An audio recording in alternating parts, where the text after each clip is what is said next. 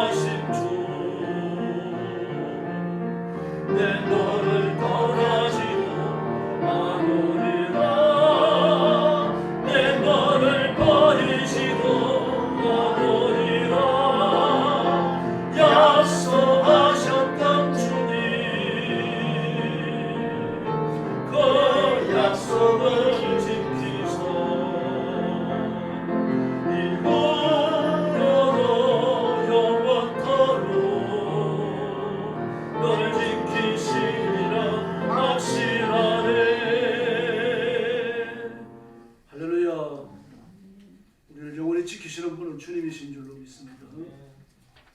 104장 부르겠습니다. 경배 104장입니다.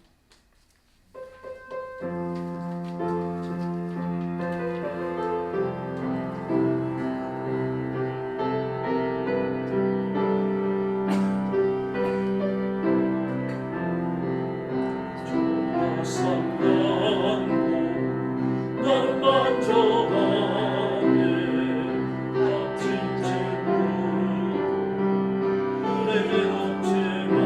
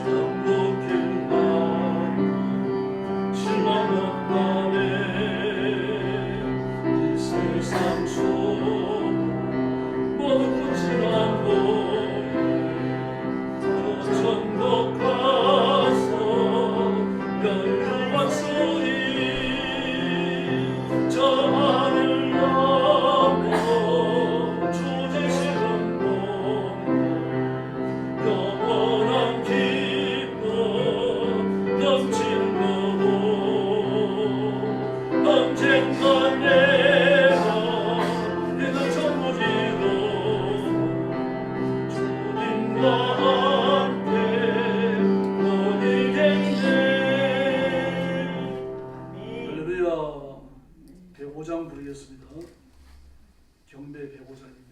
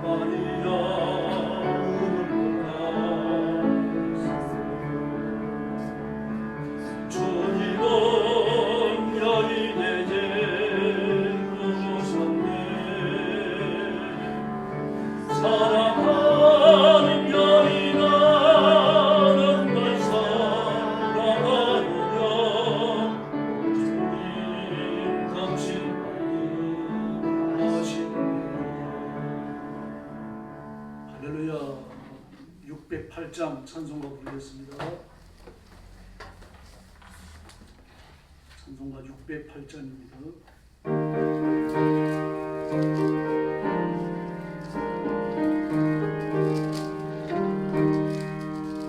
우리의 생명 주네 여전히 찬송도 성부의 집에 그대에 내 기쁨을 양롭했네 내 주의 속에 올 때에 거듭 찬송하리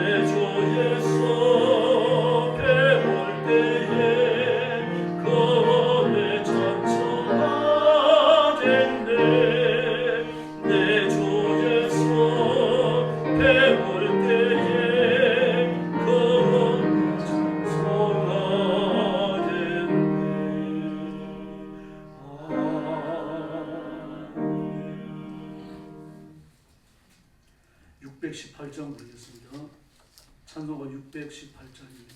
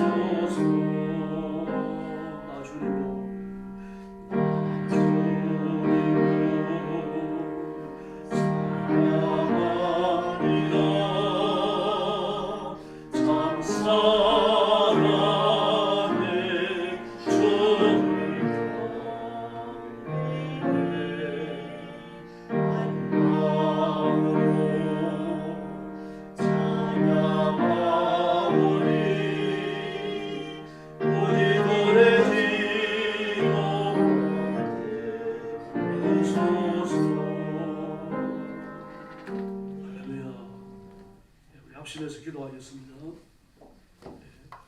주의 성령께서 능력과 분노로 우리를 성격해 주시고 하나님 앞에 바쳐지는 거룩한 삶을 되도록 기도해 주시고 오늘 드리는 예배가 산제사가 되어져서 하나님 앞에 상달되는 예배 되도록 부르짖어 주시기 바랍니다.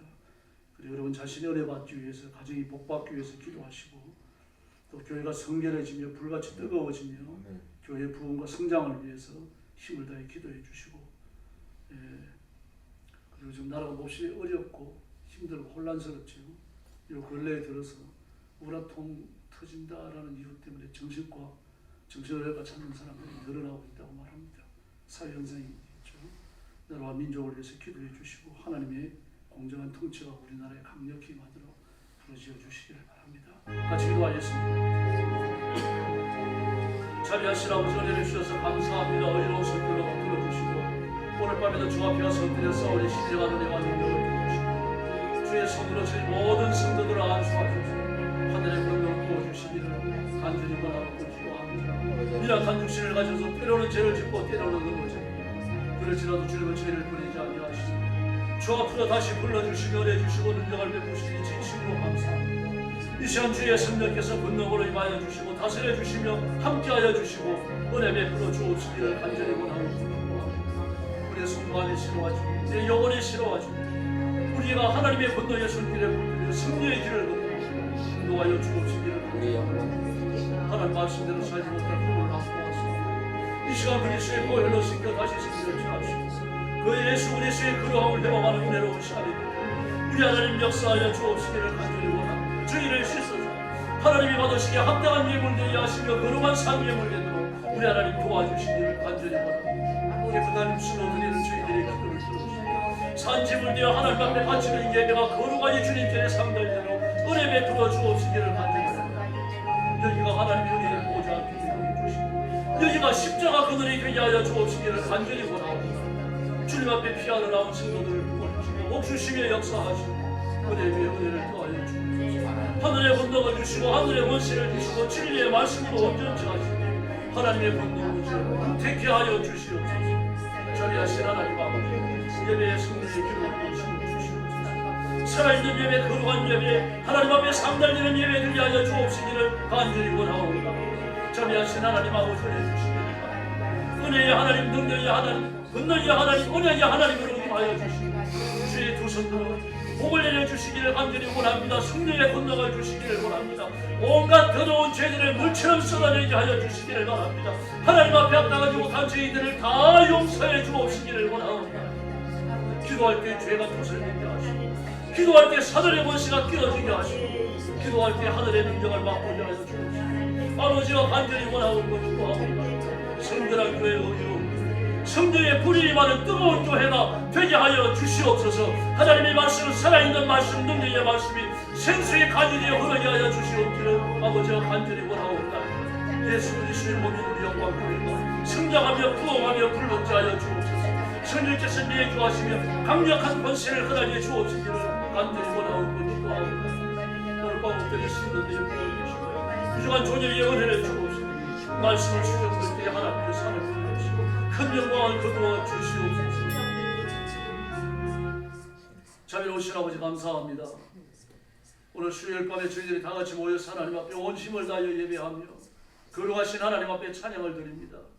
저희들의 안팎을 깨끗게 하시고 회개의 연이신 성령께서 군능으로 임하셔서 하나님 앞에 토설하지 못한 죄들을 물처럼 쏟아내며 성결을 드립고 회복하는 시간이 되게 하여 주옵시기를 간절히 원합니다. 깨끗한 입술로 드리는 찬양을 받으시며 의로운 제물처럼 하나님 앞에 연락되는 은혜로운 시간이 되게 하여 주시옵소서.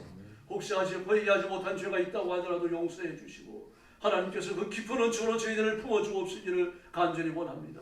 오늘 우리 영광교회 예배드리는 이 자리가 하나님의 은혜의 보좌가 되게 하시고 십자가 근원이 되게 하여 주시옵소서. 예수님 만나게 하시고 사실을 하나님과 뵙는 시간 되게 하여 주시옵소서. 설교하는 존재의 은혜를 주시고 말씀을 주시던 아버지의 심정을 주시고 온 성도들의 마음은 뜨겁게 감동하셔서 하나님의 말씀으로 받는 큰 역사가 일어나게 하여 주시옵소서. 나라와 민족이 몹시 혼란스럽습니다. 하나님께서 큰 자비를 베풀어 주시옵소서. 예수님의 이름으로 간절히 기도 올려옵나이다. 아멘.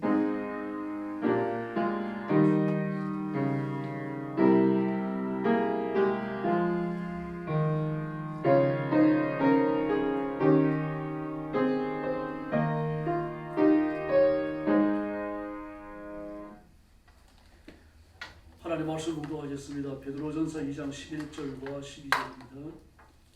신약성경 379페이지입니다. 베드로전서 2장 11절과 12절입니다.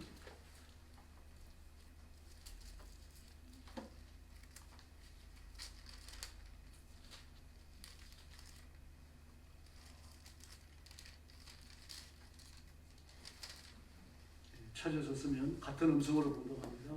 사랑하는 자들아, 거류인과 나그네 같은 너희를 권하노니 영혼을 거슬러 싸우는 육체의 정욕을 제어하라. 너희가 이방인 중에서 행실을 선하게 하자. 너희를 악하다고 비방하는 자들로 하여금 너희 선한 일을 보고 오시는 날 하나님께 영광을 돌리게 하려 함이라. 아멘. 말씀의 제목은 당신은 나그네입니다. 저는 11월 2일 주간에 출애굽기 11장에서 우리가 11장 12절 같은데요. 나그네라는 제목으로 말씀을 나눴습니다. 구약 성경은 이스라엘 백성이 애굽에 살았던 430년간의 기간을 나그네였다고 말합니다. 그래서 그들이 나와서 객지 생활이었죠. 그러니까요. 객지 생활을 나와서 본국으로 돌아가야 합니다. 본국이 가나안입니다. 그래서 가나안에 들어가는 것을 본향을 찾는 것이다라고 말을 했죠. 본향에 들어가는 것이다. 뭐 객지 생활을 하면서 온갖 고뇌를 다 겪었잖아요. 좋은 일도 있었고 또 욕이 되는 일도 있었고. 그러나 뭐 좋은 일이 있다고 한들 그게 뭐 얼마나 큰 일이었겠어요. 그들 중에 지혜로운 사람도 있고 모세와 같이 아주 탁월한 사람도 있고요. 그래서 바로의 부름을 받아가지고 바로의 부하가 되고 바로의 녹을 먹는 그런 사람도 적지 않았을 겁니다. 그렇다고 한들 그게 이스라엘 백성 전체에게 큰 영광이 되는 건 아니죠. 뭐 객지 생활을 하면서 돈을 많이 벌고 벼슬을 가져가야 큰 의미 없는 겁니다. 본국으로 가야 되는 거죠. 본향에 가야 되는 것이고요. 그래서 그들이 본국에 가기 위해서 애굽에서 나옵니다. 나와서 본국으로 바로 가는 게 아니라 또다시 나그네 생활에 빠집니다. 거주민이요, 나그네요. 광자 40년간의 생활입니다. 광자 40년간의 생략될 수도 있었던 세월이었죠. 그때 가데스 바네아에서 가나안을 정탐하고 돌아와 여호수아와 갈렙을 제외한 10명의 그 정탐꾼들이 아주 일치단결한 듯 말을 맞춰가지고 부정적 보고를 합니다. 가나안에 들어가면 우리는 다 죽는다. 차라리 애굽으로 돌아가서 그 고기가마가 돼서 고기나 실컷 먹고 술이나 실컷 마시고 그렇게 살다가 죽는 게 더 낫지 않는가. 그래서 이런 투런 섞인 말을 하고 말이죠. 그러나 여호수아와 갈렙은 달랐어요. 그 10명의 세작들은요, 가나안에 들어가면 거인들이 사는데 우리는 그들의 비교해 보면 고목나무에 메뚜기 같다. 들어가면 다 죽는다. 우리 아내와 아이들과 어른들이 다 죽는다. 부정적 보고를 했습니다. 근데 그날 마귀가 얼마나 강력하게 역사했던지요. 그날 저녁에 온 백성들이 부정적 보고에 선동되어져 갖고 날이 새고 나니까 아론과 모세를 죽이려고 달리더라고요. 얼마나 급박했는지 모릅니다. 이런 일들이 일어났습니다. 그래서 결국 그들은 하나님께 저주를 받습니다. 그러냐? 그럼 너희들은 가나안에 들어가지 못한다. 그러면서 광야 생활, 너희들이 가나안 정탐했던 하루를 1년으로 계산해서 40년간 가나안 땅을 뜯을 것이다. 끔찍하잖아요. 애국에서 나와서 여기까지 온 것도 정말 말할 수 없는 고역의 연속인데 한번 상상을 해보세요. 텐트를 치고 살았어요. 텐트를 치고요. 하늘에서 떨어지는 만나를 먹고 하나님이 주시는 생수를 마시면서 떨어지지 않는, 빨지 않아도 되는 것, 떨어지지 않는 신발, 빨지 않아도 되는 신발을 신고 지금까지 왔는데 앞으로 그 생활을 40년을 더 해야 된단 말입니다. 그러니까 하나님 잘못했습니다. 우리 가나안으로 올라가겠습니다. 올라가지 말라고 말합니다. 하나님 너희를 떠난다. 근데 억지로 올라갔다가 대피하고 수십 명이 죽고 쫓겨내고. 그래서 모세는 그들을 다독거리고 가나안으로 들어가지 못하고 발길로 돌리고 광야로 들어가죠. 그 40년간 철저한 나그네 아닙니까? 나그네도 그런 나그네가 없죠. 240만 그 많은 사람들이 텐트를 치고 살아야 됩니다. 10명이 하나의 텐트를 쳤다고 하더라도요. 몇 개를 쳐야 돼요? 24만 개를 쳐야 됩니까? 끔찍하지 않습니까, 여러분? 24만 개의 텐트를 쳤다가 걷었다가 밥 안 해온 것도 얼마나 큰 무기입니까? 텐트 하나 앞에 화덕 하나만 걸었을 때 여러분 화덕 24만 개를 걸어야 되는데 그 짐을 지고 다닐 수도 없는 거예요. 그러고 쓰다가 무너뜨리고 또 하고 그래야 되는 겁니다. 구름이 또 오면 가고 구름이 제자리에 머물면 머물러야 돼요. 철저한 나그네입니다. 그러니 그 사람들 중에서는 잔머리 굴리는 사람이 한둘이 아니었을 겁니다. 이거 하루 있다가 출발할지 이틀 있다가 출발할지 알 수가 없는 겁니다. 그러니까 말입니다. 풀어가지고 텐트를 칠 수도 없고 안 칠 수도 없고 어정쩡하게 해갖고 말입니다. 구름이 움직이만을 바라보다가 하루가 지나가고 이틀이 지나가고 사흘이 지나가고 아이고 오래 있을 모양이다. 텐트를 치니까 이틀을 움직여버립니다. 얼마나 야모르겠습니까? 그래서 텐트가 구름이 오르면 텐트를 치고 구름이 또 오르면 텐트를 긋고 그러면 되는 겁니다.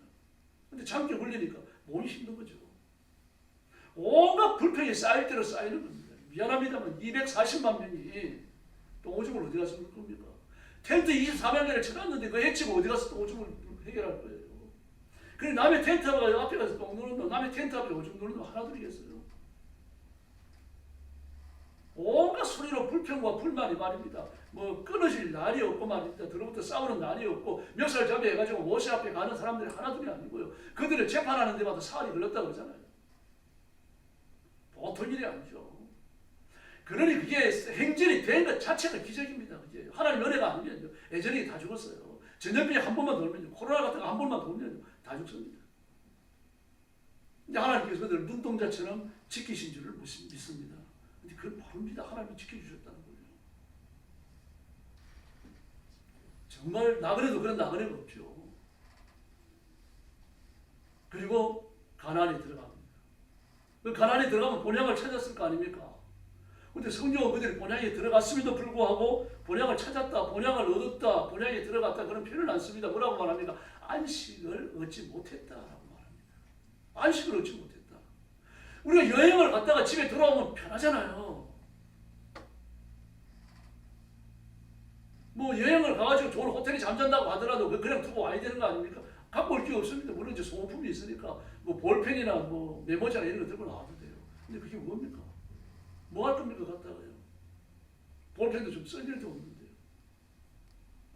여러분, 그 호텔에 있는 건 내가 아닙니다, 여러분. 가장 아무리 좋은 음식을 먹더라도 거기서 먹고 마는 거지. 그 싸들고 집에 가가지고 다시 또 먹는 건 아니라는 얘기입니다. 그 나그네로 살 때 먹는 건 그걸로 끝나고 집에 들어오면 집에서 있는 음식을 다시 먹는 거예요. 그런데 가나안에 들어갔는데 집에 찾아올 안식이 없는 겁니다. 나그네로 살아왔던 그 불편함과 혼란과 고통스러움이 그대로 존재하는 겁니다. 안식을 못 얻었다. 그래서 히브리서는 뭐라고 말합니까? 그들이 믿지 않았기 때문이다 라고 말합니다. 가나안에 들어가는 것이 본국을 찾은 것이다. 본향을 찾은 것이다. 하나님의 집에 들어온 것이다. 하나님을 통치자로 삼은 것이다. 여기에 대한 결실이다. 이거 믿지 않았다는 이야기예요. 그게 어디에 나타납니까? 하나님께 대한 불순종에서 나타납니다. 가나안에 들어왔으면 가나안의 복을 누려야 되는데 못 누렸다는 얘기입니다. 그 고하기 힘이 있습니다. 그래서 오늘 본문에 보니까 뭐라고 그래요? 사랑하는 자들아 거류민과 나그네 같은 너희를 구원하니. 이 땅에 살고 있는 이스라엘 백성들 하나님의 자녀가 거류민이요 나그네라는 얘기입니다. 거류민이나 나그네는 비슷합니다만 나그네는 지나가는 사람이고 거류민은 외국에 들어와서 살다가 또 필요하면 나가야 될 사람입니다. 또 정부에서 나가야 돼요. 나그네보다는 좀 더 안정되어 있는 거죠. 우리나라도 거류민증이 있습니다. 어느 정도 생활을 하면 거류민증을 줘요. 거류민증을 가지고 쫓겨날 염려는 적어집니다. 그 다음에 이제 영주권을 받을 수 있고 또 주민등록증도 받을 수 있고 한 걸음 나가야 되는 거죠. 거류민도 불안해요. 국내에서 외국인의 범죄가 늘어나가지고 너희들 위험하다 나가라고 그래. 거류민 나가야 됩니다. 이유 없이 나가야 돼요. 그게 거류민입니다. 나그네는 더 말할 것도 없죠. 그런데 우리가 거류민 같고 나그네 같은데 우리를 가리켜서요. 영혼을 거슬러 싸우는 육체의 정욕을 제어하라 그렇게 말합니다. 나그네로 사는 동안 거류민으로 사는 동안 육신을 갖고 사는 동안 말입니다. 육신에 있는 것 자체가 거류민이고 나그네라는 얘기예요. 이걸 벗어나야 우리의 본향되는 천국에 이르게 될 줄로 믿습니다. 이걸 가지고 있는 한은 천국에 이르지 못해요. 하나님이 천국에 보내주셔도 이것까지 천국에 못 살아요. 천국 그런 시스템이 아니라고 말씀드렸죠. 육신은 여기 맞는 시스템입니다. 여기 사는 동안 육신을 갖고 사는 동안 영혼을 거슬러 싸우는 육체의 정욕을 제어하라라고 말합니다. 육신을 갖고 산다. 이 하나님의 저주를 성취하는 과정이에요. 창세기 3장요. 예수 믿고 하나님의 자녀가 된 건지 너무 쉽게 생각하지 마세요. 은혜로 구원받았다, 값없이 구원받았다 그러니까 모든 게 절로 되는 줄 압니다. 그렇죠. 구원은 절로 됩니다. 우리가 하나님의 자녀가 되고 하나님의 백성이 되고 의인이 되는 건 절로 돼요. 그러나 천국에 이르기까지요. 우리가 예수 믿는 건 이제 출발선상에서 첫걸음을 내디딘 거예요. 스타트가 천국에 이르기까지 그 고된 여정을 지나가는 동안 나그네로 거류민으로 사는 동안요. 계속하여 영적 전투를 수행해야 됩니다. 내 약간 육신을 가지고요. 예수님도 육신을 가지고 사는 삶이 얼마나 힘드셨는지 몰라요. 그래서 아버지 할 수만 있다면 이 잔을 내게서 옮겨주십시오. 그런 기도를 다 하셨습니다. 히브리서를 보면 사장이 나오죠. 통곡과 눈물로 그 메시아 길을 배워서 가셨다고 말을 해요. 이 육신을 우리가 갖고 있는 겁니다. 예수님을 그렇게 만들었던 육신이 우리도 갖고 있는 거예요. 그런데 우리에게 뭐라고 말씀하십니까? 하나님 안에서만 잘 살지 말고, 다시 말해서 내향적 인간이 되지 말고 이방인 중에서 선하게 살아라. 외향적 인간이 되라는 얘기입니다. 내향적 인간은 물론 돼야죠. 우리가 예수 믿고 하나님의 자녀가 되었으니까 열심히 기도하고 찬송하고 예배를 드려야죠. 옳지요. 성도에게 잘해야죠. 목사의 말에 순종해야죠. 그리고 밖에 나가서도 불신자들에게도 잘하라는 이야기예요. 그런데 너희가 잘해가지고 악행한다고 비방하는 자들에게 너희 선한 일을 보고 오시는 날에 하나님께 영광을 돌리게 하라고 말합니다. 이방인들이 영광교회 교인들은 그래도 괜찮았습니다. 이렇게 하게 만들라는 이야기입니다. 그러므로 기독교의 삶이 얼마나 수준에 이르러야 하는지를 보여주는 거죠. 이어서 사람이 눈에 띄는 거 인사하세요. 보든지 안 보든지 인사하시고, 듣든지 안 듣든지 인사하시고요. 인사해도 안 돌아오는 사람도 있습니다. 그래도 인사하고요. 자꾸 웃어주고요. 이 아파트에서 이웃사람 만나기도 힘들죠. 근데 저도 제 아들 집에 가면 이제 이 아파트 타고 그 엘리베이터 타고 올라가는데 혹시 사람을 가끔 만날 때가 있어요. 그럼 안녕하세요 하고 인사하면 얼른 거의 돌려버려요. 거의 그러더라고요. 같이 웃어주거나 같이 인사하는 사람 젊은 청년 한 사람 본 것 같아요. 그 얼굴 보면 인사하니까 눈이 부딪히니까 같이 웃어주면 되잖아요. 얼굴을 돌려버리더라고요. 제가 그렇게 못생겨서 그런지요. 우리는 그런 문화에 익숙치 않습니다. 외향적이지 않아요. 내향적이에요. 그 바깥에서 무슨 일이 일어나면 그걸 싫어합니다. 안으로 자꾸 감추려고 그러죠. 사람이 그런 반응을 보이더라도 자꾸 인사해야 됩니다. 아는 척하고 인사하고. 이렇게 해서 우리가 그리스도인으로 하나님의 자녀로 살아가는 그러한 과정들이 이루어지게 되는 거죠. 우리 나그네이기 때문입니다. 그래서 아무리 좋은 집에 살고 좋은 차를 타고 다니더라도요. 인생은 짐을 짊어지 피곤한 나그네입니다. 이재용 씨가 지금까지 국산차만 탔거든요. 제네시스 이런 거 타고 또 그랜저도 타고 말이에요. 자기 운전해갖고 직접 아버지 낙골 땅에 찾아가고 아이들 데리고 말이에요. 그래가지고 신문에도 나오고 그랬었거든요. TV에도 나오고. 근데 이번에 아주 좋은 차를 샀더라고요. 그 벤저 최고 좋은 차인데 그 방탄차를 만드는 벤저 그 S 시리즈 가장 좋은 차를 갖다가 방탄차 만드는 곳에 가가지고 방탄을 다 처리했어요. 수류탄이 터져도 괜찮고 막 밑에 그 지뢰가 터져도 괜찮고 막 이런 차를 샀습니다. 한 15억 정도 줬다 그래요. 대단하죠. 그리고 그 차 탄다고 해서 마음이 더 편하겠습니까? 그 차를 탄다 그래서 잠을 더 잘 자겠습니까? 그러나 자기는 이제 세계적인 회사의 총수니까 이 정도 타야 되겠지 하고 이제 그런 생각이 탔겠죠. 그럼 외형적인 것들이 우리를 편하게 만들지 않습니다. 우리를 편안하게 만들어주는 것은 하나님의 은혜인 줄로 믿습니다. 물질을 많이 가져도요, 좋은 옷을 입어도요, 그 잠시 좋을 수 있겠죠. 그러나 그것이 우리를 늘 편안하게 만드는 것은 결코 아닙니다. 하나님과 우리의 관계가 올바르면요, 하나님의 은혜가 우리 가슴에서 폭발하면 우리는 어디 있었든지요 천국을 누리게 될 줄로 믿습니다. 그 세상은 일시적인데 뭘 누리더라도 일시적이에요. 아브라함이 이걸 철저히 깨달았잖아요. 그래서 이브리서에 보면은 그러면 집에서 길리온 자, 사병이 318명, 보디가드가 318명, 그 사람 앞에 월급 받고 군인으로 생활하는 사람이 318명, 그에 딸린 식소까지 하면 1000명이 넘습니다. 아브라함에게서 녹을 받아갖고 먹고 사는 사람이 1000몇백 명이 돼요. 그런데도 불구하고 그는 집을 안 지었어요. 땅에서 집 짓는 것이 천국에서 영원한 하나님의 나라에서 사는 것과 비교해 보니까 시시했다는 얘기입니다. 그리고 뭘 의미합니까? 천국에 곧 간다라는 생각을 가지고 산 겁니다. 지금요. 그렇게 하나님 나라에 빨리 가고 싶었어요. 우리도 그런 마음을 가져야 할 줄로 믿습니다.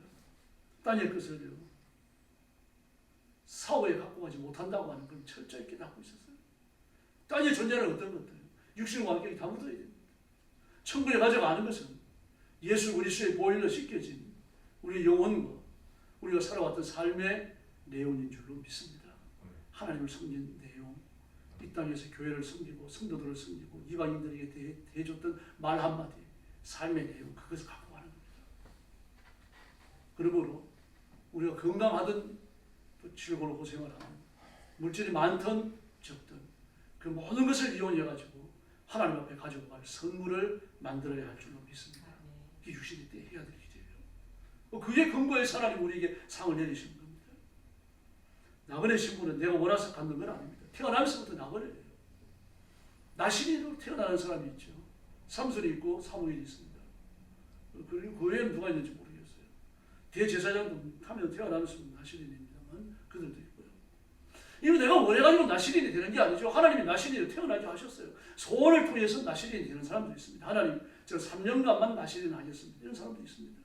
그러나 나면서부터 나시린이 되는 건요, 내 의지와 관련 없어요. 그런 뜻에서 저와 여러분은 나시린의 성격을 가십니다.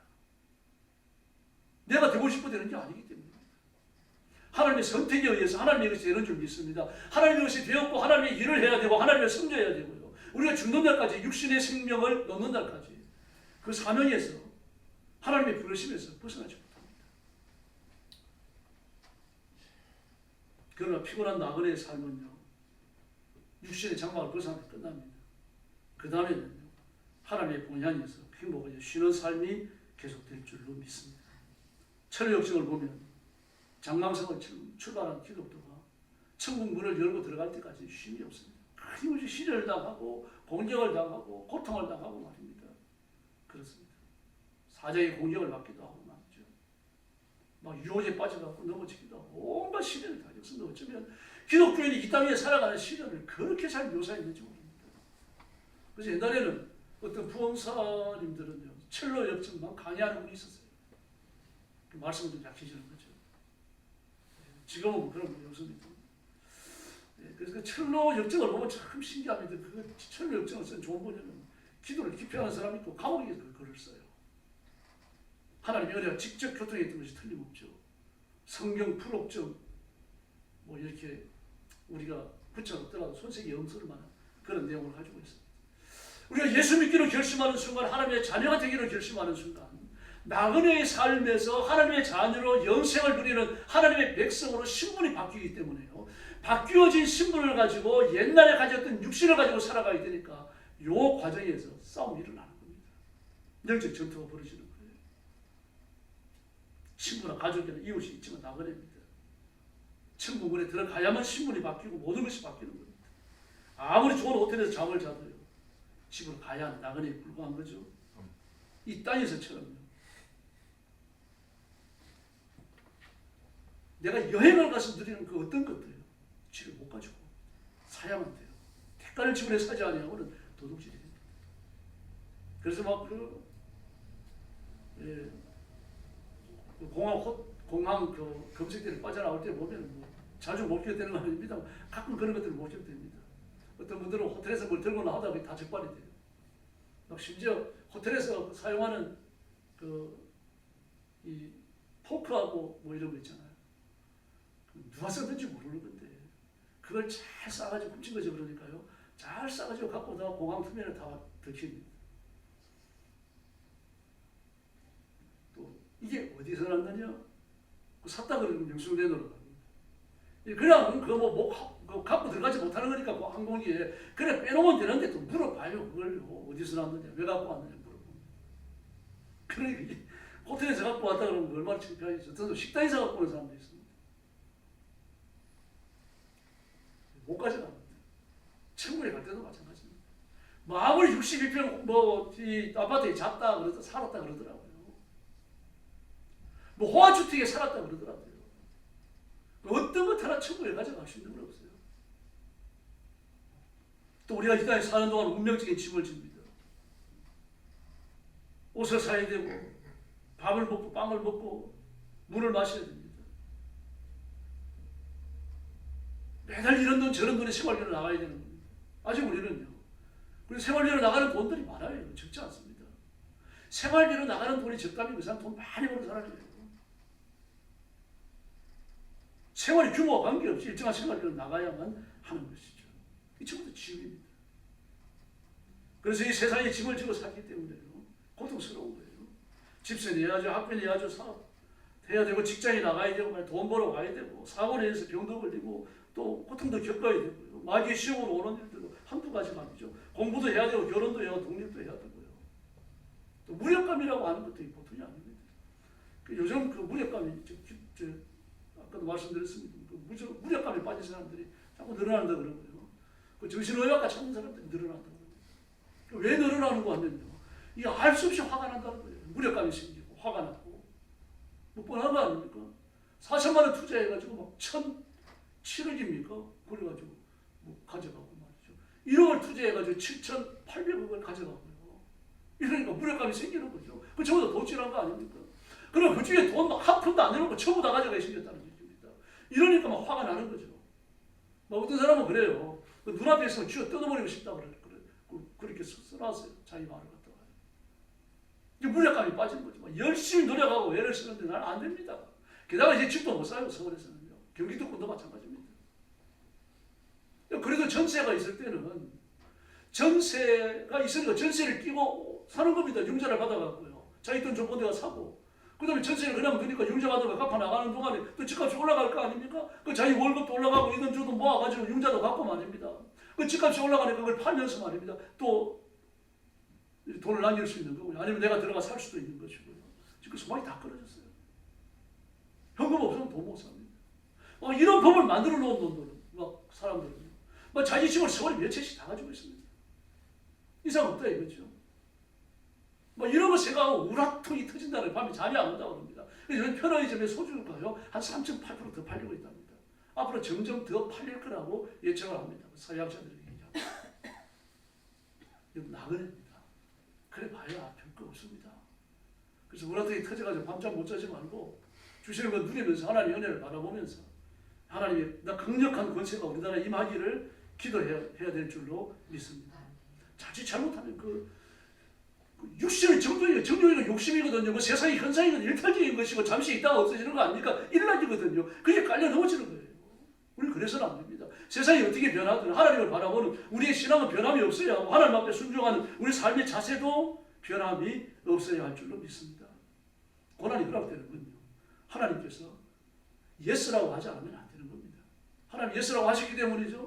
하나님이 예스라고 말씀하셨을 때는 이걸 감당할 만하기 때문에 주신 거예요. 이유가 있으니까 주신 겁니다. 이 짐을 짊어지고 최선을 다해서 견디라는 거예요. 싸우라는 이야기입니다.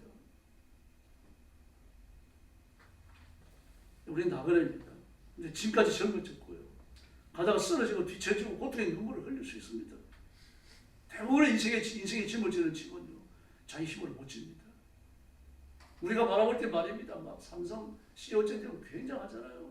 그런데 아버지한테 물려받은 그 돈을 정년세를 내려고 하니까 말입니다. 밤잠을 못 잤다고 그러잖아요. 눈물이 나오고. 그래가지고 또 뭐 맞고 이제 뭐 이러다가 또 경찰에 불려가 조사받고. 사람이 그렇습니다. 손으로 셀 수 없는 수많은 돈을 가졌지만 말입니다. 더 많은 돈이 떨어졌는데 그중에 많은 부분을 정부에 뺏긴다고 생각을 하니까 말입니다. 최태원도 그랬잖아요.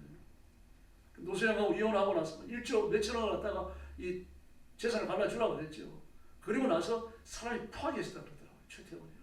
그 주변의 사람들 눈도 잘 마주치고요. 파괴해줬다고 그래요. 우라통이 터지는 거죠. 이미 충분히 많은 돈을 가지고 있지만 또 많은 돈의 액수를 뺏겨야 된다고 생각하니까 우라통이 터지는 겁니다. 우울증에 빠지는 거죠. 그 견딜 수 없는 인생의 짐입니다. 그러니까 정욕이죠. 욕심입니다. 짐은 깔려 죽으라고 있는 게 아니고 감당하라고 있는 것인 줄로 믿습니다. 그래서 예수님께로 와야 돼요. 인생의 짐은 내가 지는 게 아닙니다. 예수님이 질 힘을 주셔야 할 줄로 믿습니다.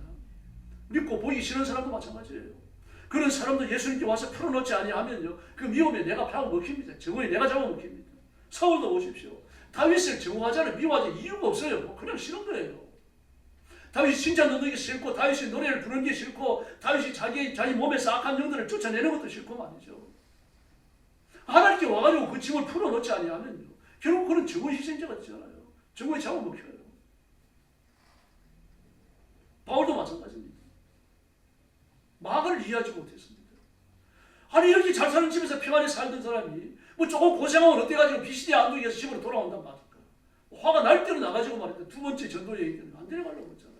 그리고 자기를 하나님의 교회에 일할 수 있도록 그 역할을 해준 바나바가 등 돌려버리고 맙니다. 사람이 치사하고 째째합니다. 여러분. 누구든지 그래요. 사람 용납 못하는 것은 정오죠. 미움이고 수치입니다. 그게 나를 장악하고 나니까 내가 못 태어나는 거죠. 그걸 주님 앞에 내려놓으면 이길 줄로 믿습니다. 유대인들도 마찬가지입니다. 그런데 구약 성경에 대한 굉장한 지식의 짐을 졌습니다. 구약 성경에 관한 지식이 생명을 살리는 능력의 말씀이 아니고 인생의 짐이 되어버렸다는 말입니다. 왜 그렇습니까? 그 말씀의 내용을 가지고 사람을 재단을 하거든요. 요놈은 이 말씀 안 지키네. 요놈은 5가지 어기었는데, 요놈은 10가지 어기었는데, 자기는 100가지 어기고 있으면서요. 막 이러면서 말씀을 가지고 자유함을 얻고 말씀이 주는 복을 누리는 게 아니라 말씀을 못 지킨 사람들이 죄를 찾아내니까요. 말씀이 짐이 돼가지고 그 사람 잡아먹히는 거예요. 유대인들이. 결국 예수님을 거절하고 저주하고 그리고 그 대가를 지금도 받고 있지 않습니까? 유대인들 중에 예수 믿는 사람은요 0.1%, 0.2%입니다. 모세도 그렇습니다.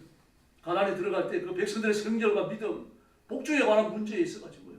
하나님 앞에 큰 시험에 직면하죠. 역시 사명이 짐이 되어버린 사람입니다. 사명을 감당하면 되는데 사명을 가지고 백성을 저주하고 판단하고 욕해버렸어요.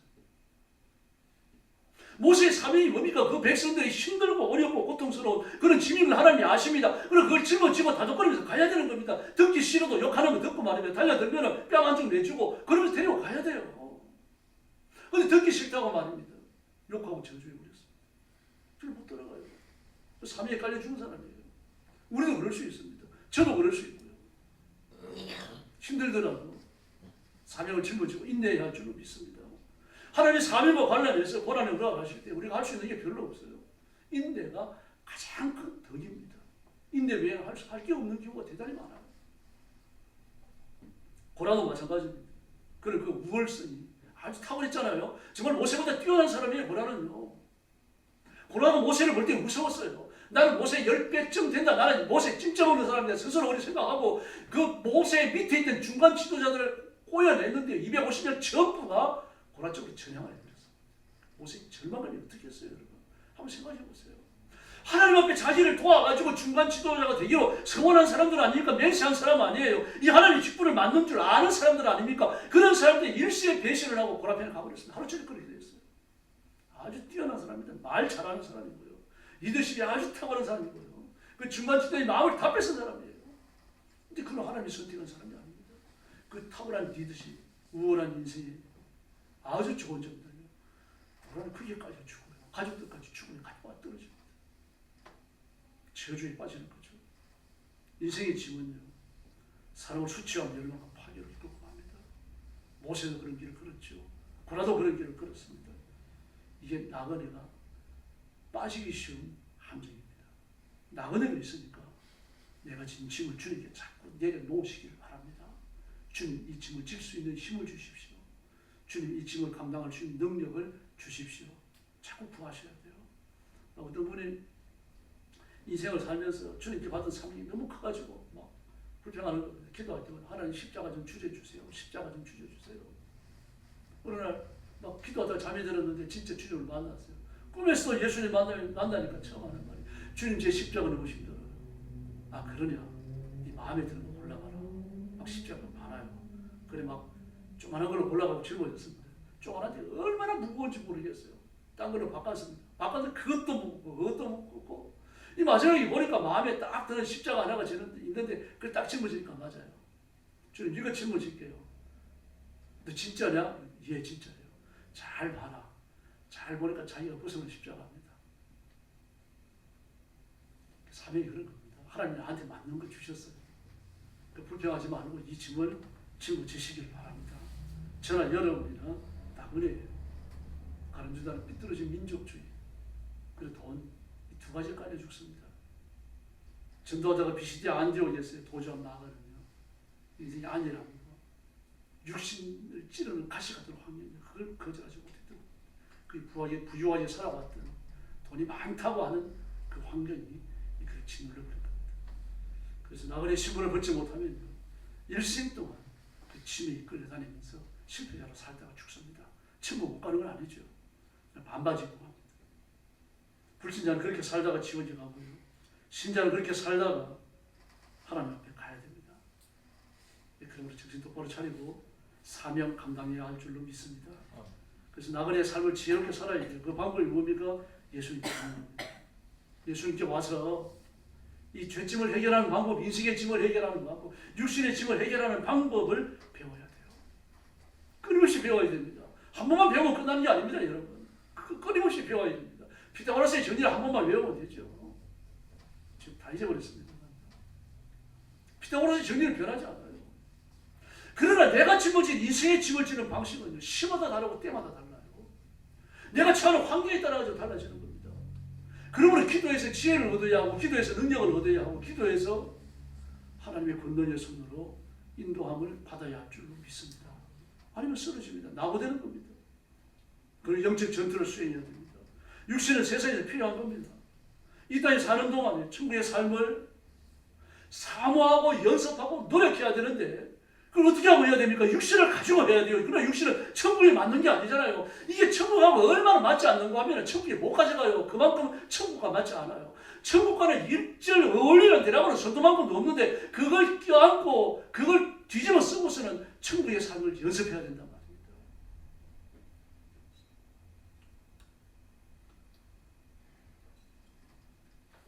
제가 군에 나갔는데 이제 그 소대별로 10km 이제 무장구보를 합니다. 메고 배낭 메고 뭐 이렇게 또 하여간 전쟁하러 나갈 때 차는 건 다 차요. 다 차고 철도 쓰고 말입니다. 그래갖고 10km 1시간 안에 돌아야 됩니다. 5km 가서 반환해 갖고 5km 돌아야 되는 거죠.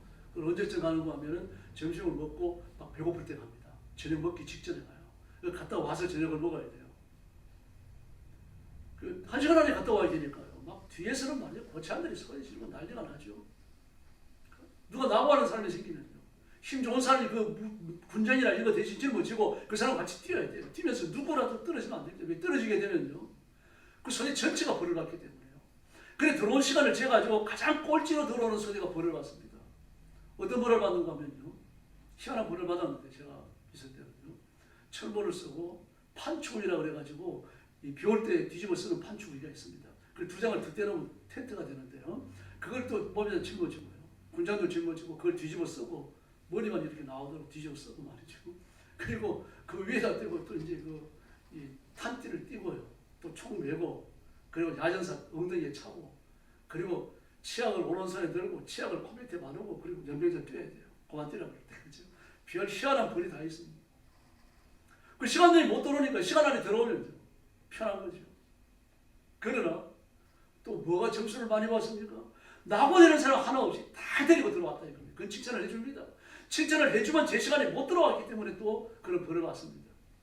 또 벌을 받고 끝납니까? 벌을 받으면 벌을 받았다고 끝나는 건 끝나는 게 아니고 벌 받느라고 수고했다가 아주 또 뭘 줘요. 초코파이를 하나씩 주든지 그렇게 그 때리고 먹이는 거죠. 그 여러분 아주 굴에 가가지고 뭘 하면은 그 군장이라고 하는 것만 천이라고 하니 저 거추장스러워요. 맨몸으로 뛰면 얼마나 좋습니까? 근데 그 주렁주렁 달고 뛰어야 되니까 철몸은 또 얼마나 무거운지 모릅니다. 뭐 보통 기분 좋을 때, 몸 건강할 때 보쳐 나가서 철모가 괜찮아요. 뭐 부서가지고 깔고 앉을 수 있는 건데. 그런데 그 힘겹고 지치고 밥도 못 먹었는데 그놈을 머리에 쓰고 뛰려고 그러면요. 철모가 천근만근입니다. 여러분, 우리가 이 땅에서 누리는 것이 그렇게 우리 인생을 속박하는 것이라고 하는 것을 분명히 깨달으셔야 됩니다. 물질을 선하게 쓰면요. 그게 하나님 앞에 영광이 되는 줄 믿습니다. 악하게 쓰면요. 그게 우리 인생을 망치는 겁니다. 건강을요. 하나님의 영광을 위해 쓰면요. 영혼을 건집니다. 교회가 영화로워집니다. 성도들이 평안해지고 목사도 힘을 얻습니다. 그러나 그 육신의 힘, 아름다운 힘 아닙니다. 육신의 정력을 악하게 쓰면요. 뭐 가정뿐만 아니라 온 교회가 시험에 휘말릴 수 있는 문제가 되는 거죠.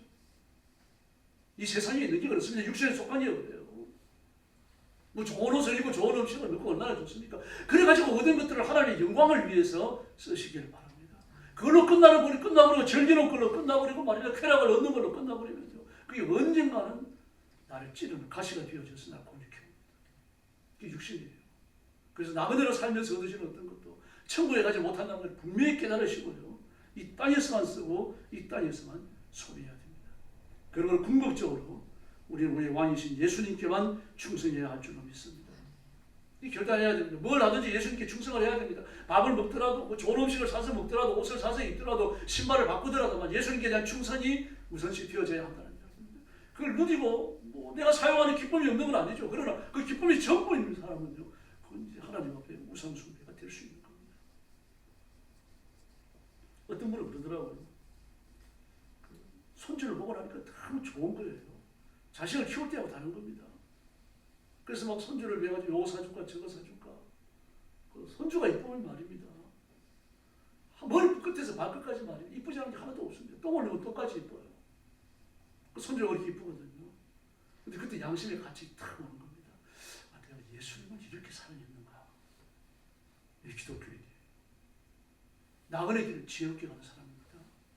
그래서 말합니다. 하나님, 우리 손주인데 하나님 지혜로운 손주, 예쁜 손주 주셔서 감사합니다. 지혜롭게 해주시고 건강하게 해주세요. 살아있는 동안 하나님께서 책임져 주세요. 손주를 보면서 그 기도 안 해주는 겁니다. 하나님께 맡기는 거죠. 인생의 짐을 슬기롭게 지고 가는 겁니다. 모든 게 마찬가지입니다. 하나님이 주셨음을 인정하고 하나님께서 주셨으니까 감사하고 하나님께 영광 돌리고 하나님의 거룩함을 위해서 하나님의 영광을 위해서 사람의 영혼을 건지기 위해서 하나님이 주신 것들을 써야 할 줄로 믿습니다. 그래서 그리스도인이 살아가는 삶의 전형적인 전투와 관련을 갖습니다. 바울 사도는 디모데후서 2장 3절과 4절에서요. 내가 그리스도 예수의 좋은 군사로 나와 함께 고난을 받을지니 그렇게 말합니다. 에베소서 6장 12절 우리의 씨름은 혈과 육에 대한 것이 아니요 정사와 권세와 이 어둠의 세상 주관자들과 하늘에 있는 악의 영들에게 대함이라. 할렐루야. 이 우리의 씨름이라고 말합니다. 그러면 대적이 사람이 아니죠. 가족이 아니죠. 악한 영입니다. 끊임없이 우리가 살아가는 삶의 모든 내용과 여건들을 통해 가지고 우리를 넘어뜨리려고 획책하는 거죠. 여러분 그게 걸려 넘어지지 말기를 바랍니다. 고린도 교회 교인들을 보십시오. 그 아프로디테를 섬기는 비너스 말입니다. 아프로디테를 섬기는 그 더러운 종교 때문에 말입니다. 고린도는 도시 자체가 없는 세워져요. 저 도시 전체가 없는하다는 이야기입니다. 어쩌고 그럴 수 있겠습니까? 로마도 그랬죠. 폼페이도 그랬습니다.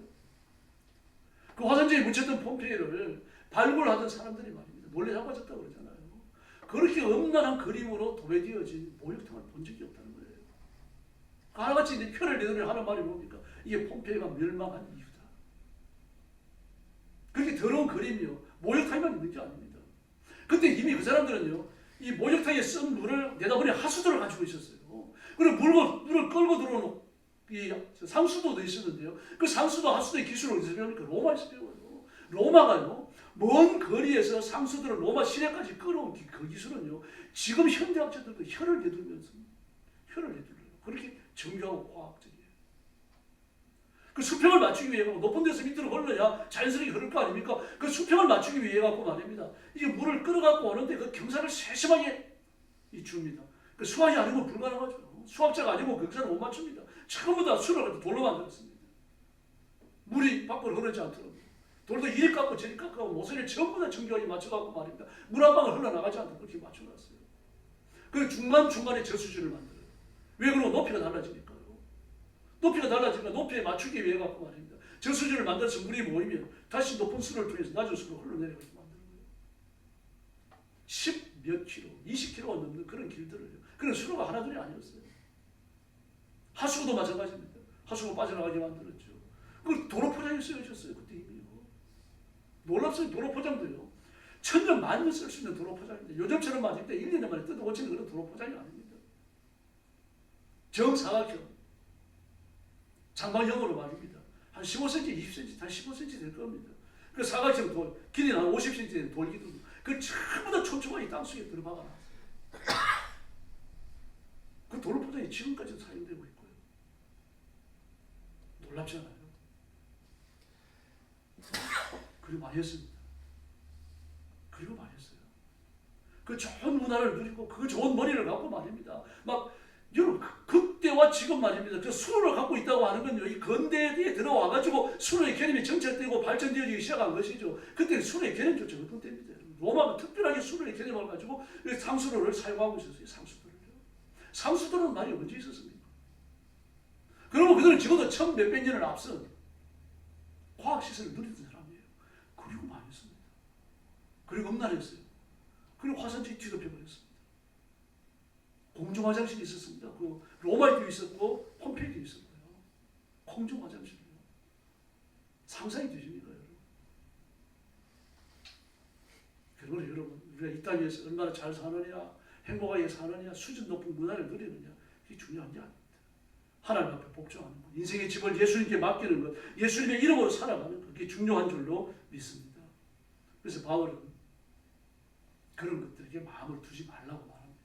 그런 것들에게 마음을 두지 말라. 바울의 마음은 예수님께 있은 줄로 믿습니다. 이 땅에서 뭘 얻더라도 그를 기쁘게 하지 않았어요. 그래서 예수님은 그를 기쁘게 해주십니다.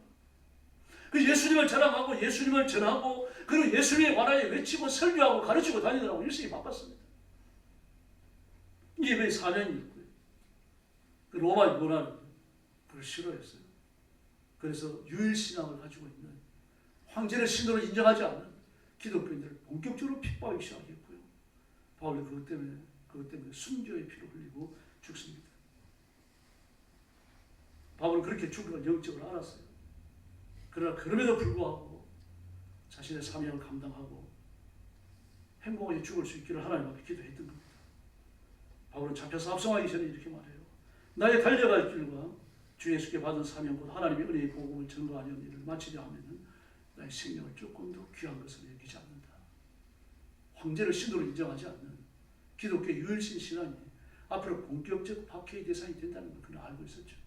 그리고 그 박해가 시작됐어요. 로마서는 이렇게 말합니다. 생각하는데 현재 권하는 장차 우리에게 나타날 영광과 좋게 비교할 수 없다. 그리고 죽을 걸 알았던 겁니다. 그리고 우리는 예수님께만 충성해야 할 줄로 믿습니다. 자기 인생에 충성하지 마십시오. 자기가 지닌 재산에게 충성하지 마시고 오직 예수님께만 생명 건 충성을 바치는 깨어있는 성도들이 되기를 예수님의 이름으로 축원합니다. 기도하겠습니다. 자비하신 아버지, 나그네요 거류민으로 있는 때를 우리가 잘 구분하여 예수님께만 충성을 바치게 하여 주시옵소서. 먹고 마시는 것, 입는 것, 은행에 들어있는 돈, 내가 누리는 세속적인 유익이 나를 지배하지 않게 해주시고 내가 오히려 그런 것들을 주장하고 주관하는 주인이 되어져서 예수님께 바치며 예수님을 영화롭게 이용하는 데 사용할 수 있도록 인도하여 주시옵소서. 베드로 사도께서 우리가 모든 것을 버리고 주를 따른나이다 라고 말씀하신 것처럼 우리가 이 모든 걸 뒷전에 두고 예수님만 바라보는 은혜를 주시옵소서. 바울 사도께서 많이 공부한 것, 사람들에게 추앙을 받고 인기를 얻던 것, 이 모든 걸 뒷전에 두고 예수님만 보며 살아왔던 것처럼 우리도 예수님만 바라보며 살아가도록 역사해 주시옵소서. 자비하신 주님, 이렇게 순종하는 자에게 질병을 주시고 물질의 부양을 주시겠다고 시 40편에서 약속하여 주셨사오니 하나님께서 우리 성도들의 질병을 고쳐주시옵소서. 건강한 몸으로 주를 섬기게 하여 주시옵소서. 가난의 사슬을 끊어주시고 부유함으로 주님을 충성을 다할 수 있도록 인도하여 주시옵소서.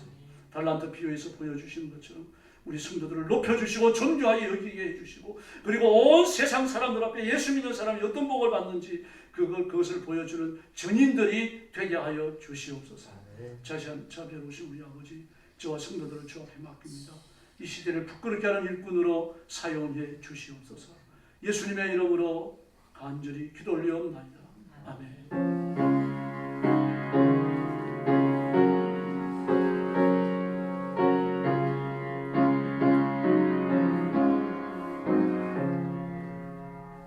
찬송가 242장 부르겠습니다.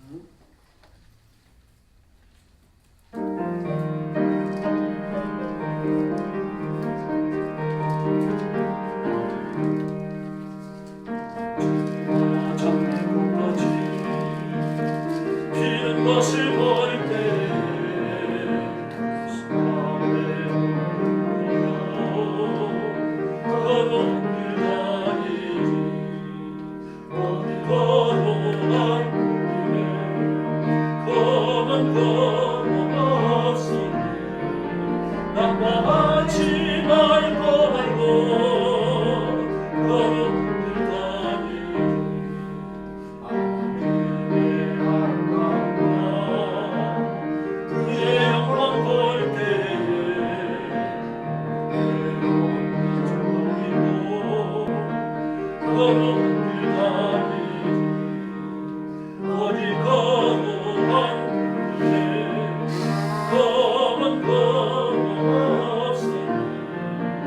낙방하지 말고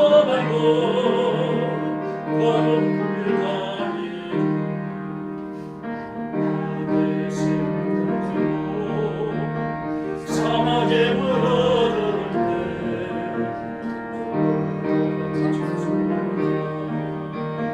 거룩을 가니 아멘.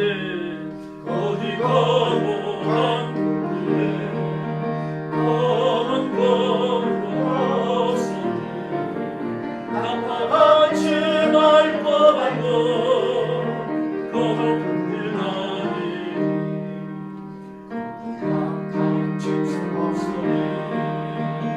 두려울 것 없겠네.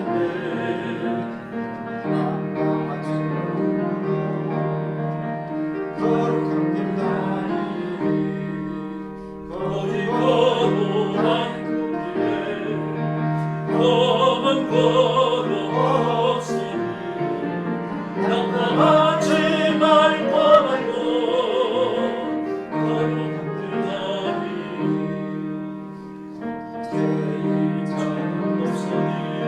거룩한 길 가니 거룩한 자뿐이라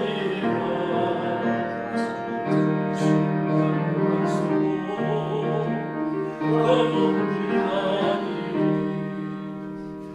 어디 거룩한 길에 검은 거룩 없으니 낙방하지 말고 거룩한 길 가니. 할렐루야. 오른줄 추수감사 주일입니다. 준비하면서 기다려 주시고요.